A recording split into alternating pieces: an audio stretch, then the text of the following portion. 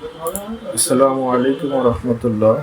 প্রিয় দর্শক, আজ আমি আপনাদের অ্যাডোবি ইলাস্ট্রেটরের ইন্টারফেস অর্থাৎ অ্যাডোবি ইলাস্ট্রেটর ওপেন করলে যে হোম পেজটা পেয়ে যায় বা ইন্টারফেসটা পেয়ে যাই আমরা, তার একেবারে বেসিকের একটা ধারণা দিব।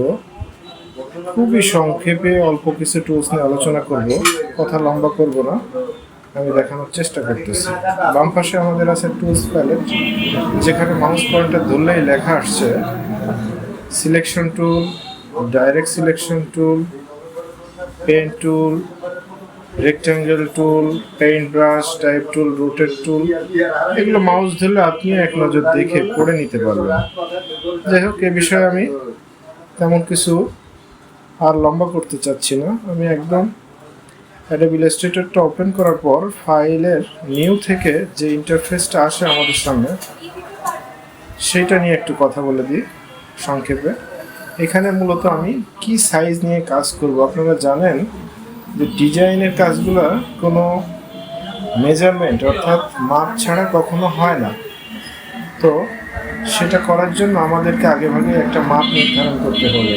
যেহেতু আমরা সাধারণত ইঞ্চিতে সকল মাপগুলো পরিমাপ করে থাকি, তো এখানে দেখতে পাচ্ছেন পয়েন্ট লেখা আছে আর ফাইল নেম লেখা আছে আনটাইটেল 2। তো এই পয়েন্টের এখানে আমরা ইঞ্চি সিলেক্ট করলে সকল মাপগুলো ইঞ্চি আকারে দেখাবে।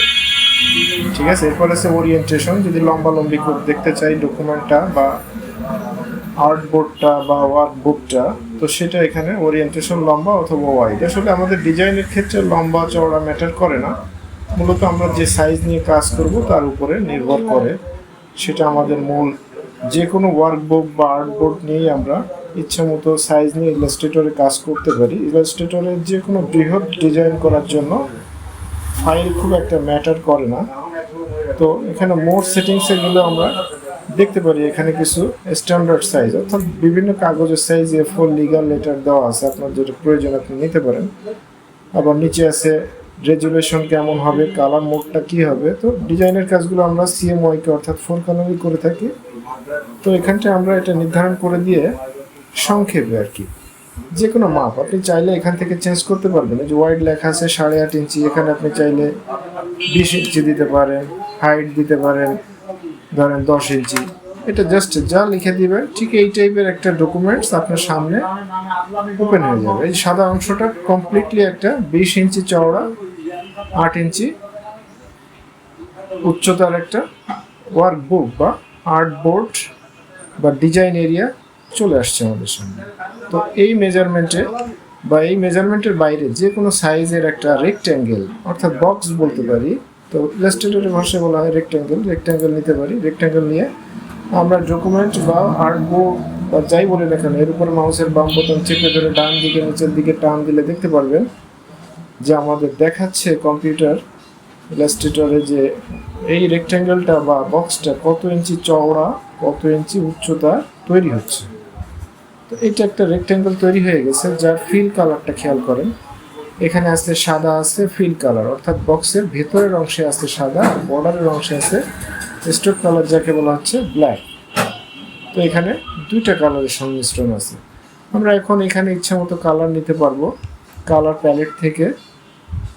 তো সংক্ষেপে যদি একটু ইন্টারফেস বা টুলস থেকে পরিচয় করিয়ে দেই, তো এই বক্সটাকে যে কোনো জায়গায় সরিয়ে নেওয়ার জন্য আমরা মুভ টুলে ক্লিক করব বা সিলেকশন টুলে ক্লিক করার পর এই বক্সের উপরে ক্লিক করে যে কোনো জায়গায় ইচ্ছা মতো সরাতে পারবো। এটাই যদি একটু রঙের ব্যবহার করে দেখায় বোঝার সুবিধার্থে, সরালে যাতে চোখে পড়ে।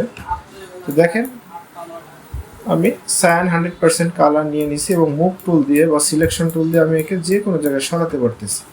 এখন এই রেক্ট্যাঙ্গেলটা আমি ডাইরেক্ট সিলেকশন টুলের দিয়ে ক্লিক করে এর যে কোনো কর্নারে, যে 4টে কর্নার বা কোণা, এই কোণায় ক্লিক করে একে মাউসের বাম বোতাম চেপে ধরে অথবা কিবোর্ডের অ্যারো বোতাম থেকে যে কোনো দিকে ইচ্ছা মতো ব্যান্ড করে রেক্ট্যাঙ্গেলটার স্টাইল চেঞ্জ করতে পারি। এটা বিভিন্ন ডিজাইনার বিভিন্ন ধরনের ট্যাগ, বিভিন্ন ধরনের স্টাইল তৈরি করার সময়কে ডাইরেক্ট সিলেকশন টুল দিয়ে বিভিন্নভাবে শেপ চেঞ্জ করে ফেলে, দেখতে অন্যরকম লাগে। তো যাই হোক, তাহলে এখানে আমরা দুইটা কাজ শিখে ফেললাম। এটা মুছে দিচ্ছি আমি।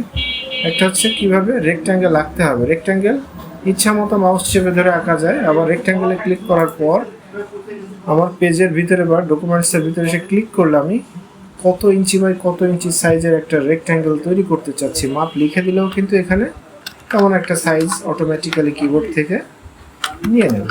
আমরা একটা সাইজ নির্ধারণ করে দিলাম 10 ইঞ্চি বাই 5 ইঞ্চি।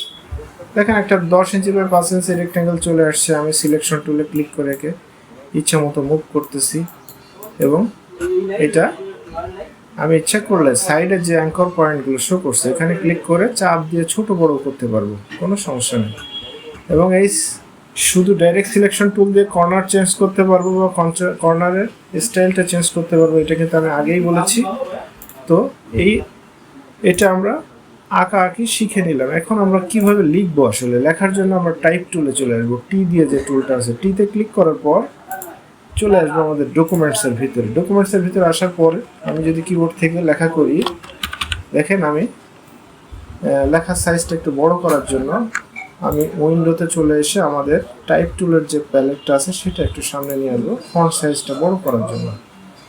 তো টাইপ টুলটা নিয়ে আসলাম, এখানে এসে আমি এখান থেকে ফন্ট সাইজটা একটু বাড়াই দিই যাতে আমাদের লেখাটা আপনারা সহজে দেখতে পান। এটা লেখার পর লেখার জন্য আমি আবার এখানে ফিরে আসছি এবং আমি এখানে একটা ছোট করে একটা শব্দ লিখতেছি বা সেন্টেন্স লিখে ফুল স্টপ দিয়ে দিলাম। এখন এই লেখাটা কিন্তু এখানে হয়ে গেছে। এখন লেখাটা শেষ করে আমি আবার সিলেকশন টুলে ক্লিক করব, করে লেখাটা সিলেক্ট করলে দেখেন লেখাটা কিন্তু আমার যে 5 ইঞ্চি বাই 10 ইঞ্চি যেটা নিয়েছিলাম রেক্ট্যাঙ্গেলটা সেটা কিন্তু এখন বড় করা যাচ্ছে। আবার এখান থেকে দুই পদ্ধতিতে বড় করা যাবে। একটা হচ্ছে আপনি কিবোর্ডের শিফট বোতাম চেপে ধরে কর্নার চেপে ধরে যদি টান দিয়ে বড় করেন এই ফন্টটা বা এই লেখাটা অনেক বড় করা সম্ভব বড় হচ্ছে। অথবা আমি কোনো নির্ধারিত ফন্ট সাইজে যদি বড় করতে চাই সেটাও করতে পারি। এখানে এসে আপনি সংক্ষেপে সংখ্যা দিলেই সাইজ নিয়ে নেবেন, অর্থাৎ আপনি 20 সাইজ দিলে 20 সাইজের ফন্ট বা লেখার সাইজ হয়ে যাবে, 48 দিলে 48 হয়ে যাবে। এবার টাইপ প্যালেট থেকে আমি এটাকে বোল্ড করে দিতে পারি, মোটা চিকন করতে পারবো, বিভিন্ন সাইজ করতে পারবো। আজ এ পর্যন্ত আমরা 3টা টুল শিখলাম। একটা হচ্ছে সিলেকশন, ডাইরেক্ট সিলেকশন এবং রেক্ট্যাঙ্গেল টুল এবং টাইপ টুল, এবং কিভাবে লেখা যায়। এবং এটাকে সেভ করব এখনই, কারণ আমাদের 4টা অপশন অলরেডি আমরা দেখছি: সিলেকশন, ডাইরেক্ট সিলেকশন, রেক্ট্যাঙ্গেল এবং type tool. Thank you very much. সবাই ভালো থাকবেন, ভুল ত্রুটি ক্ষমা করবেন। ধন্যবাদ।